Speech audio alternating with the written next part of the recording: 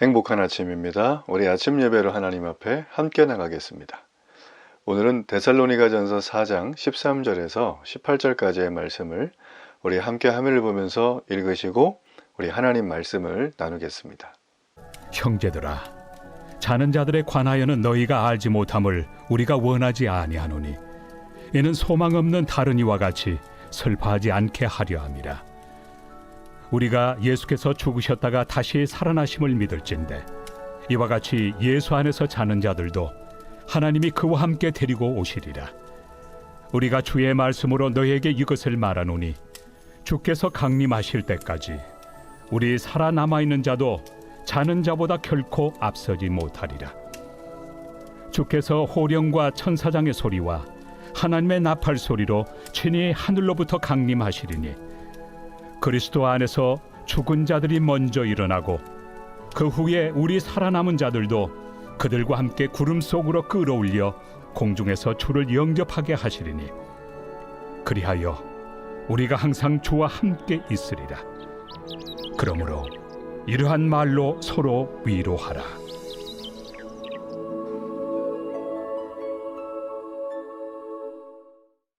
전쟁포로 수용소에서 가장 살아남을 확률이 높은 사람이 누굴까요?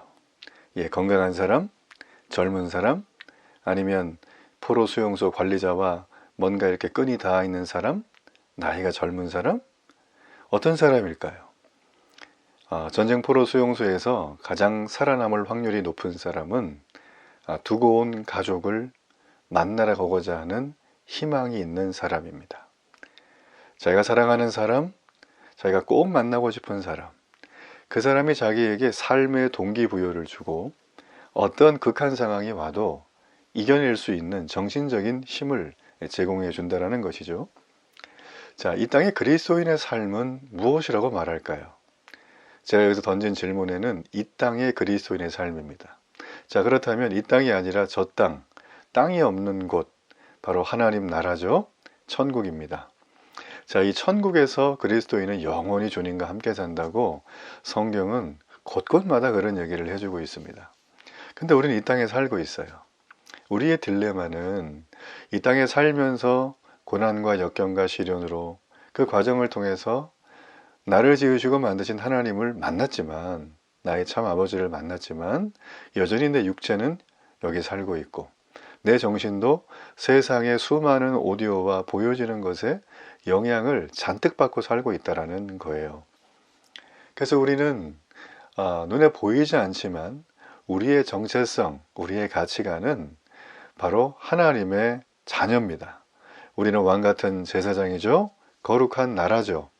우리는 이 땅에 거지꼴로 사는 사람이 아니라 하나님이 우리를 입양한 하나님의 자녀, 아들, 딸들입니다. 우리는 그래서 높은 프라이드가 있어요. 세상에 그 어떤 사람이, 지체 높은 사람이 권세와 명예를 가지고 나한테 온다고 해도 우리가 존중을 할 수 있지만 그를 믿거나 신뢰하지는 않죠. 그리고 그에게 꿀릴 일이 하등 없습니다. 왜냐하면 그도 인간이고 나도 인간. 육체의 삶이, 우리의 생명이 다하는 날이 온다라는 거예요.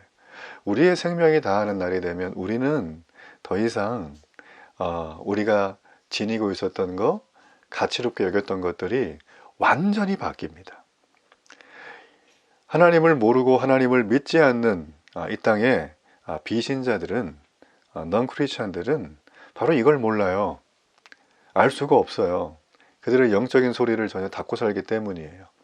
내가 영이라 하고 내가 믿고 싶은 대로 믿고 사는 게 그 사람들의 영적인 리듬이고 질서예요. 그러나 우리는 내가 믿고 싶은 게 아니라 바로 하나님의 말씀을 믿죠. 하나님이 우리 아버지시기 때문에 그분과 늘 인격적으로 교제합니다. 그분의 음성을 들어요. 그분의 완전한 계시인 성경을 보면서 나의 삶을 성찰하고 반성하고 돌이키고 앞날의 그림을 그려가는 사람들이에요. 그런데 겉으로 보면 큰 차이가 없어요. 여전히 우리는 자고 일어나고 삶을 살아가고 경제활동하고 학교도 다니고 사람도 만나고 똑같아요. 옷을 다르게 입는 것도 아니에요. 한국 사람들 얼굴이 또 다릅니까? 다 똑같지 않습니까? 그죠? 그러니까 우리가 이 땅을 살아가면서 마음속에 자칫 내가 세상이 믿지 않은 사람들과 똑같은 모습과 삶을 살아가기에 내가 정말 이거 정말 내가 하나님의 자녀가 맞나? 이런 생각이 들 수가 있어요. 자, 제가 왜 얘기를 길게 나눌까요? 오늘 데살로니가 성도들이 바로 이런 딜레마와 고민 가운데 있었던 거예요. 자, 이 성도들은 그리스도의 재림이 임박했다라고 믿었어요. 잘 믿은 거죠. 근데 여기서 말하는 임박이라는 게 내일과 내년에와 이 정도로 아주 다급하게 주님의 재림이 온다고 문자 그대로 이들은 믿었던 거예요. 여러분, 그런데 우리가 여기서 짚고 넘어가야 될 것은 우리 주님은 몇 날 며칠 몇 시에 온다. 여러분, 이런 말을 기록한 게 성경에 있나요, 없나요? 어떤 분이 기도 많이 하시는데 그분한테 몰래 가르쳐 주는 게 있나요, 없나요? 없어요. 자, 이 시한부 종말론이라고 하는 세상 끝날이 언제다 라고 하는 모든 주장들은 몽땅 가짜입니다. 우린 그래서 이거를 들을 가치도 없는 이단이라고 하죠. 사이비들입니다. 자, 여러분, 제가 이 말씀을 드리는 이유는 바로 이 데살로니가 성도들이 어찌됐든지 간에 우리 주님이 다시 오신다, 재림한다 라고 하는 그 시간이 곧 온다고 믿었어요. 믿는 건 좋은데 곧 온다고 믿은 게 이들에게 문제죠. 자, 그래서 내일 만약에 세상이 망한다, 주님이 심판주로 와서 얘 나쁜 놈, 얘 좋은 놈 다 구별한다 라고 한다면 여러분, 오늘을 어떻게 사시겠습니까? 뉴턴은 그랬죠? 네, 내일 지구가 멸망하더라도 난 오늘 한 그루의 사과나무를 심겠다. 참 이게 그냥 이 사람 굉장히 여유가 있네 이렇게 말하는 것처럼 들려도 그렇지 않습니다. 내일 어떤 일이 일어나도 일상을 제대로 산다는 건 굉장히 고도의 집중력을 요하는 일이에요. 그리고 이 사람이 평상시에 그런 루틴 있는 삶을 살지 않았으면 그런 말 할 수 없습니다. 우리가 내일 지구가 망하지 않더라도 우리 주변에 이런 일들은 굉장히 자주 보죠. 어떤 분이 30년간 로또를 샀어요. 근데 로또가 딱 맞았어요. 야, 30년 기다렸네. 그러면 이 사람 어떻게 될까요? 그냥 쾌재를 부르면서 이제 고생 끝 행복 시작이야 그러면서 그냥 흥청망청 온갖 힘은 다 주고 살 수도 있겠죠. 근데 제가 예전에 어떤 기사를 보니까 그냥 평범한 직업을 가지고 있는 분인데 로또가 맞았어요. 이분이 로또가 맞으면 좀 좋은 일에 써야 되겠다 정도만 생각을 했지 1등일 맞을 줄 모르는 거예요. 근데 그분의 직업으로 볼 때 평생 일을 하고 정년퇴직해서 받는 돈보다 훨씬 더 많은 로또 당첨금이 된 거죠. 근데 이분이요, 많은 사람들의 예상과 다르게 직장을 관두지도 않고 이혼을 하지도 않고 집을 사지도 않고 투자를 하지도 않았어요. 그 받은 금액을 가지고 어떻게 했냐면 자기는 그대로 직장 다녀요. 그 주변에 축하하면 식사 맛있게 사주고 선물도 해주고, 그리고 또 이 대출금도 있잖아요. 이런 거 갚고 또 주변에 그 자기 형제들 친인척들 다 불러가지고 얼마씩 보너스 다 드리고, 이게 무슨 몇만 원 아니고 상당히 많이 줬어요. 그리고 그동안 자기에게 신세를 이렇게 좋은 어떤 일을 해서 자기가 신세를 많이 진 분들에게 찾아가서 일일이 다 답례하고. 야, 그러니까 어떤 일이 벌어지냐면 주변에서 이 사람을 다 좋아해요. 돈이 있어서 좋아도 하겠지만 이 사람의 됨됨이를 사람들이 그렇게 칭찬을 하는 거예요. 그래서 저는 그걸 보면서 이분은 이 평상시의 삶이 따르는 분이구나. 저렇게 현재의 삶에 충실하기가 매우 힘든데 로또 맞으면 다 거들먹거리거든요. 그렇죠? 사람은 쥐꼬리만한 힘이라도 있으면 이 힘을 쓰려고 그래요. 그래서 사람이 겸손하기가 매우 어려워요. 차라리 저 하늘에 있는 별을 따다 주지 겸손을 평생 하라 그러면 사람들은 아마 이 몸서리를 칠 거예요. 오늘 데살로니가 성도들이 바로 그랬다는 거죠. 현재의 삶을 충실하게 살지를 못해요. 왜냐하면 내일 예수님 오신다는데, 세상 끝난다는데, 아니 내가 오늘 제대로 살 필요가 뭐 있어. 대충 사는 거지 게으름 피우고 직장 출근도 안 하고 뻥 막 치고 자기 아는 친한 사람들한테 거짓말 막 하고. 야, 참 이거는 그죠? 이걸 오늘 이 말씀에 이제 우리 데살로니가전서 4장의 이 말씀과 이제 5장으로 넘어가면 이 그리스도의 재림과 성도의 부활에 대해서 바울이 얘기를 계속해요. 예. 근데 이 원래 바울이 지금 이 말을 하고 있는 이유가 있어요. 왜냐하면 여기 13절을 보세요. 자는 자들에 관하여는 너희가 알지 못함을 우리가 원하지 아니하노라. 이는 소망 없는 다른 이와 같이 슬퍼하지 않게 하려 함이라. 자, 제가 이 데살로니가전서 처음 시작을 할 때 배경을 살필 때 이 죽은 자들의 부활의 문제, 그죠? 예, 그러니까 예수님을 알고 나서 죽은 자들의 이 부활의 문제에 대해서 데살로니가 성도들의 의견이 양분돼 있었어요. 이 사람들이 죽었는데 예수님이 부활하신 건 맞는데 이 죽은 사람도 부활하겠어? 다시 소망이 있겠어? 이런 것 때문에 굉장히 힘들어했어요. 어떤 사람은 부활을 제대로 믿고 나도 죽으면 우리 주님이 부활하신 것처럼 나도 부활하고, 내가 만약에 여기 말한 것처럼 내일 오시는데 내 몸이 죽지 않고 여전히 살아있어요. 그러면 어떻게 되는 거지? 죽지도 않았는데 부활도 못하고 어떻게 되는 거야? 그런 어떤 의문이 생길 수가 있죠. 그래서 우리 여기 말씀에 보게 되어지면 우리 17절에 이런 말이 있어요.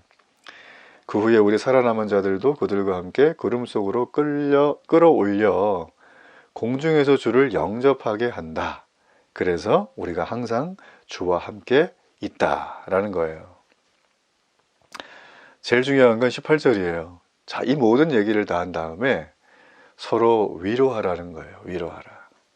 자, 여기 나와 있는 지금 이 바울이 17절과 18절에 우리가 잘 알고 있는 휴거를 주장하는 분들의 대표적인 구절입니다. 휴거.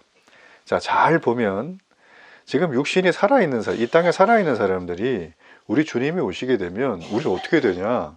죽지도 않았는데 부활도 못하고 그럼 천국 못 가는 거 아닌가? 이런 우려가 있었어요. 근데 바울이 안심하라는 거예요.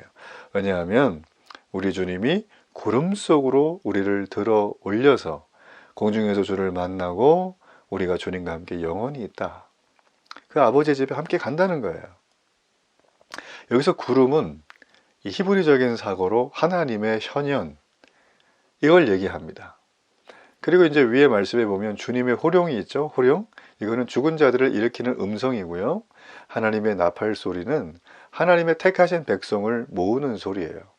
그러니까 주의 호령과 나팔 소리가 우리 주님이 재림하실 때 전 지구에 쫙 이렇게 들어오는 거예요.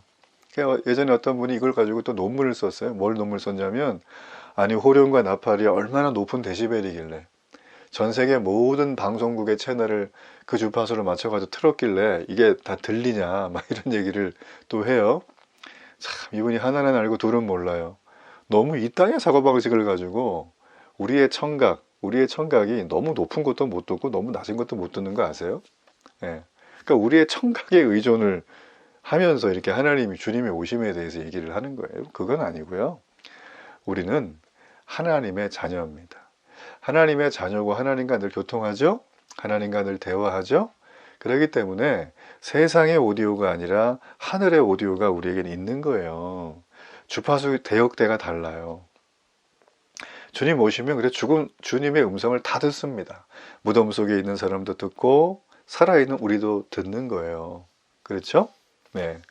그래서 이 휴거에 대한 얘기가 여러 가지 많은 갑론을박이 있기는 한데, 핵심은 무엇이냐면 오늘 바울이 휴거를 강조하기 위해서 지금 27절을 쓴 건가요? 그렇지 않아요.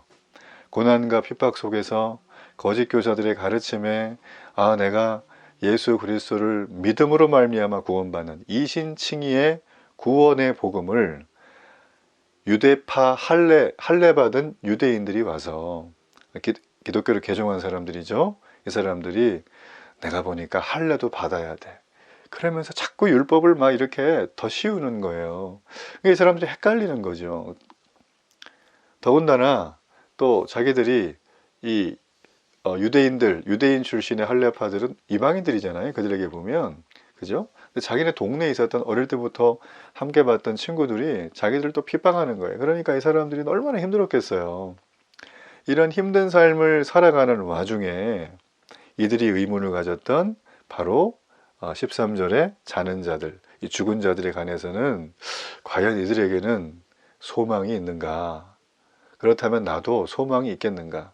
이런 거에 대해서 생각하면서 점점 믿음이 떨어지고, 현재의 삶을 충실하지 않게 삶을 살게 되어졌던 거예요. 여러분, 이 부분은 오늘날 우리에게도 굉장히 중요한 부분입니다. 우리 주님은 주님의 재림을 언급하는 이 바울의 마음을 우리가 좀 알기를 원해요. 성도는 이 땅을 살아가면서 슬퍼하고 눈물 흘려야 될 그럴 일들이 생기긴 하지만 슬퍼할 이유가 없다고 얘기를 합니다. 왜냐하면 주님의 재림을 소망하기 때문이에요. 예수님의 부활, 그분의 다시 오심은 이 땅의 모든 하나님의 자녀들의 유일한 소망입니다. 그래서 주님의 부활은 죽음을 이기죠. 사망 권세를 이기죠. 고통과 시련과 역경이 와도 넉넉히 이길 수 있는 유일무이한 거예요. 그리고 또 하나, 이 주님의 재림이 이 땅에 임할 때 하나님의 나라, 천국이 완전히 완성이 되는 거예요. 그래서 이 예수 안에 있는 자들은 전부 이 하나님의 천국의 호령과 나팔 소리로 함께 하는 것입니다. 그러므로 지금 살아있는 자들이죠. 데살로니가 성도들에게 그리스도의 재림을 열망하라고 말합니다. 바울은 왜 이런 말을 주는가?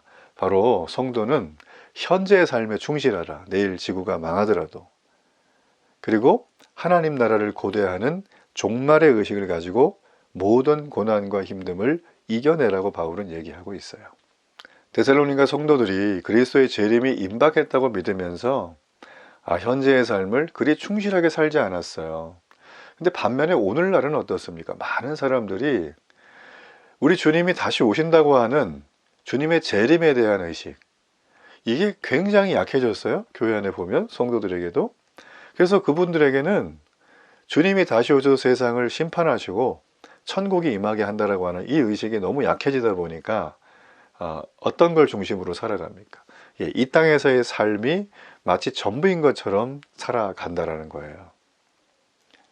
우리 교회 안에 이런 일들 너무나 많이 보죠. 성도는 어떤 사람인가요? 바로 이 두 영역에서의 조화롭게 균형 잡힌 삶을 살아가야 될 사람이 바로 성도라는 것입니다. 우리의 발은 땅을 딛고 서 있지만 우리의 눈은 언제나 하나님 나라, 하늘을 향해 열려 있어야 됩니다. 우리가 하루하루 신실하게 살아가는 성도가 될 때 우리 주님이 도적같이 임하실 그때에도 우리는 두려워하지 않게 됩니다. 언제나 우리 주님이 맡기신 사명을 감당하며 영혼 구원에 집중하며 내 형제를 서로 사랑하며 그들을 아끼는 삶을 살아가는 사람은 오늘 주님이 부르셔도 여한이 없는 삶을 살아가게 됩니다. 전 여러분이 진정한 부활을 기대하며 우리 주님의 오심을 고대하는 부활의 신앙으로 어떤 상황에도 넉넉히 이기는 은혜가 있기를 바랍니다. 우리 결단의 기도를 하나님 앞에 드리겠습니다. 좋으신 하나님, 오늘도 부활의 소망으로 우리 주님 다시 오실 것을 기대하며 내게 맡겨주신 영혼 구원, 하나님 주신 사명을 감사와 기쁨으로 감당하는 축복의 하루가 되게 하소서. 예수님의 이름으로 기도합니다. 아멘.